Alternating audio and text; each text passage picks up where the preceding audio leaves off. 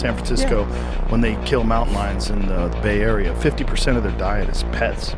Ain't that something? And Crazy. all is well. All these PETA members, they're all fine, long as it's your dog and your cat. Yeah. You know, but all of a sudden, you let a herd of deer come in and eat their $40,000 worth of landscaping, and a mountain lion kill their pet. They're secretly calling me like, hey, bone collector. I'm not gonna lie, that's a little offensive, but we need you. so how quiet is your bow and arrow?